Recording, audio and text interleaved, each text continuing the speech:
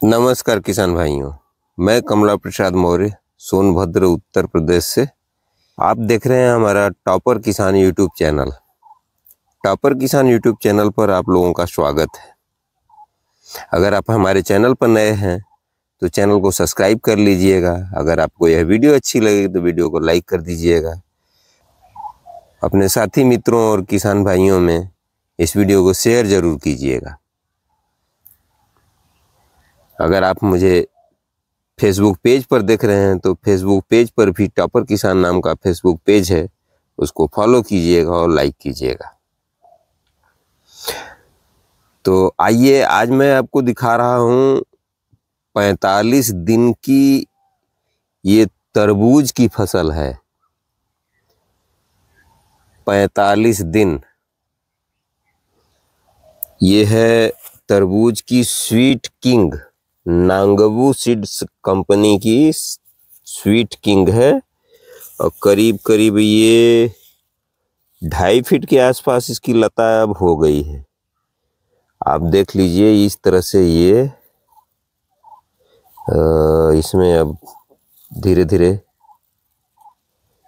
ये आप देख रहे हैं, ये फलियां लग रही हैं। एक तरह से एक कली बन रही है और इसी कली में फिर इसमें फल बन जाएगा। तो अब इसमें शुरुआत हो गई है, धीरे धीरे फलियां बनना शुरू हो गई है और ये नर फूल भी देख लीजिए आ रहे हैं, अब शुरुआत हो गए हैं। तो इस तरह से अब ये फसल जो है बहुत जल्दी ही फ्लावरिंग और फ्रूटिंग पर ज़बरदस्त तरीके से आ जाएगी। लेकिन इसके पीछे जो इस फसल को तैयार करने में समय लगा है और इसके साथ जो मेहनत की गई है वह भी आप समझिए, और इस तरह से आप भी कर सकते हैं। और ये लगभग 80 से 85 दिन की फसल होती है और 80-85 दिन में इसका फल तैयार हो जाता है।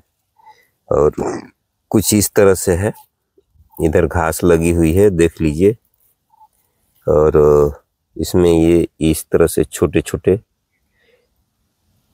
फल जो है लगना शुरू हो गए हैं। तो आप इस तरह से भी तरबूज की खेती भी कर सकते हैं और इसका समय जो होता है वो फरवरी मार्च में ही लगा देना पड़ता है, मार्च के शुरुआत में ही, और धीरे धीरे ये ग्रोथ करता रहता है। तो जब इसकी स्वाइंग की जाती है तो स्वाइंग के करीब करीब बुआई के 8 दिन तक करीब करीब कोई खाद उर्वरक हम लोग नहीं देते हैं। उसके बाद फिर इसमें NPK 19-19-19 माइक्रोन्यूट्रिएंट इसमें चलाना शुरू कर देते हैं। बेसल में हम लोग इसमें गोबर की खाद या मुर्गी की खाद जो भी मिल जाती है उसको दे दिया करते हैं। और ये आप इस तरह से देख रहे हैं, ये फसल बहुत अच्छी चल रही है अभी तक। तो आगे कैसी चलेगी अभी आगे आने वाले समय में पता लगेगा। करीब करीब 2 फीट के आसपास की ये लताएं हो गई हैं। कुछ की 1 फीट की हुई है, कुछ की 2 फीट की हो गई है। वो अलग अलग साइज, हर पौधे का एक बराबर विकास नहीं हुआ है। तो इस तरह से आप खेती की जा सकती है। तो मैं बता रहा था कि इसमें 19-19 वाटर सोल्यूबल जो है, ये नालियाँ आप देख रहे हैं, इस नालियों में जब पानी भरा जाता है तो उसी समय जो है इसमें हम पानी में ही डाल देते हैं।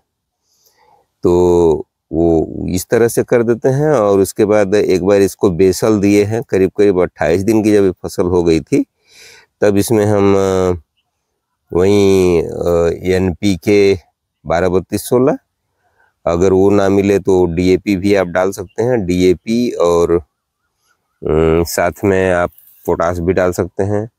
पोटास करीब करीब 40 से 50 किलो एकड़ और अगर आप डीएपी डालते हैं तो वो भी 40 से 50 किलो प्रति एकड़ ये शुरू में दे दिया जाता है। उसके बाद आप इसको ज़रूरत पड़ती है माइक्रोराजा का, तो माइक्रोराजा भी आप इसमें डाल सकते हैं। हमने तो अभी नहीं डाला है फिलहाल, अब सोच रहे हैं कि इसको डाल दें एक बार। और अगर आप चाहें तो इसमें कीट की बड़ी समस्या आती है, तो कीट के लिए हम लोग जो है इसमें वहीं छिड़काव करते हैं। शुरुआत में तो डाइमेथोएट का छिड़काव किया गया था और उसके बाद फिर प्रोपेनोफास और साइपरमेथ्रिन का छिड़काव किया गया था। और ये देखिए ये किसान भाई, अब ये शुरुआत हो रहा है धीरे धीरे, ये इस तरह से बन रही हैं कलियां और उम्मीद है जल्दी ही फ्रूटिंग पर आ जाएगा। तो आप समझ सकते हैं कि इसमें कीटों का रोकथाम के लिए हर 5-6 दिन पर स्प्रे की ज़रूरत पड़ती है। एक लाल लाल कीड़ा होता है जो इसकी पत्तियों को खा जाता है तो पौधा खराब हो जाता है, तो ऐसी परिस्थितियों में भी बर्बादी हो जाती है। तो ओपन फील्ड में मैंने पहली बार इसकी खेती किया है और इस तरह से फसल हो गई है। और अब इसमें कैल्शियम नाइट्रेट और बोरान, सल्फर, माइक्रोन्यूट्रिएंट ये सब और एनपीके 19-19-19 एक बार और चलाएंगे। उसके बाद फिर 13-0-45 और 0-52-34, 0-0-61, 0-0-50 ये सब खाद जो है वाटर सोलेबल है, ये हर सिंचाई पर लगभग चलती रहेगी। और इसमें पोटास की मात्रा अगर कम होगी तो पोटास की मात्रा भी फिर हम चलाएंगे। और इस तरह से जब हम इसकी खेती करेंगे तो निश्चित रूप से हमको सफलता मिलने की पूरी उम्मीद है। आप देख रहे हैं लताएं लगभग 2 से 2.5 फीट तक की हो गई हैं और इस तरह से ये जो है बढ़ रहा है। और हमें उम्मीद है कि करीब करीब ये 80 से 90 दिन समय कुछ ज़्यादा ले लेगा, इसलिए कि हम इसको हर चीज़ तय समय पर नहीं कर पाए। इसका काम हम तय समय पर नहीं कर पाए, इससे फसल हमारी कमज़ोर कुछ है। और कुछ एरिया में तो और बाद में सोइंग हुई थी, तो वो उसमें और भी टाइम लग रहा है। तो अब देखते हैं, फिर जैसा अपडेट होगा आप लोगों को एक बार मैं दूंगा कि जो वैज्ञानिकों का रिपोर्ट है कि लगभग इसको 25 टन तक 1 एकड़ में होना चाहिए। तो देखिए हमारा फसल कितना देता है। जैसा होगा मैं आप लोगों को वीडियो बना करके एक बार फिर बताऊंगा कि 1 एकड़ में कितना हमारा यील्ड आया था। और रेट तो हमारा ख्याल है मैदानी क्षेत्रों से हमारे यहाँ बेहतर ही रहता है, 1-2 रुपये टाइट ही बिकता है। पिछले वर्ष हमारे यहाँ 1000 रुपये कुंटल से नीचे नहीं आया था रेट। 1-2 दिन के लिए 800 भी बिका था, लेकिन ज़्यादातर तो 1000 रुपये कुंटल ही बिक रहा था। तो 10 रुपये किलो का रेट कम नहीं है, अच्छा रेट है। अगर इस रेट में भी सेल हो जाएगा तो अच्छा रहेगा। और जितना वैज्ञानिकों का दावा है उससे आधा भी अगर होगा तो हम अपने आप को सफल मानेंगे। फिलहाल मैं प्रयास कर रहा हूँ मुझे पूरा उत्पादन मिले। और मैंने ये थोड़ा सा नाली से नाली की दूरी ज़्यादा रखी है, तो इस नाली में हम दोनों तरफ बिजाई किए हुए हैं। तो उम्मीद है कि पौधे कम नहीं पड़ेंगे और उम्मीद है दोनों तरफ से लगभग ये फसल कवर कर लेगी।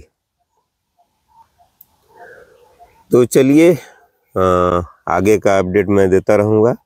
ये मुख्य रूप से आप समझ लीजिए कि इसमें अब जो शुरुआत होगी तो इसमें फल फूल मतलब फल सेट होने के लिए और एक मक्खी होती है फल मक्खी से बचने के लिए इसमें फेरोमोन ट्रैप लगाना होगा, जो अब लगाऊंगा मैं।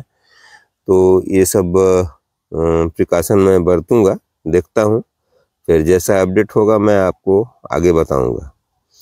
तो इसी के साथ वीडियो लंबा हो रहा है, तो मैं इसी के साथ मैं इस वीडियो को समाप्त कर रहा हूँ। आप लोग कमेंट करके बताइएगा कि फसल कैसी है, और उम्मीद है आप लोगों को यह वीडियो पसंद आएगा। तो अगर आपको वीडियो पसंद आएगा तो वीडियो को लाइक कर दीजिएगा, और हमारे चैनल टॉपर किसान को सब्सक्राइब जरूर कीजिएगा। आप लोग सब्सक्राइब कम करते हैं, तो आप लोग सब्सक्राइब जरूर कीजिएगा। तो आज का वीडियो यहीं तक, अगले वीडियो में फिर मुलाकात होगी। तब तक के लिए आप हमें आज्ञा दीजिए। नमस्कार, धन्यवाद, जय जवान, जय किसान।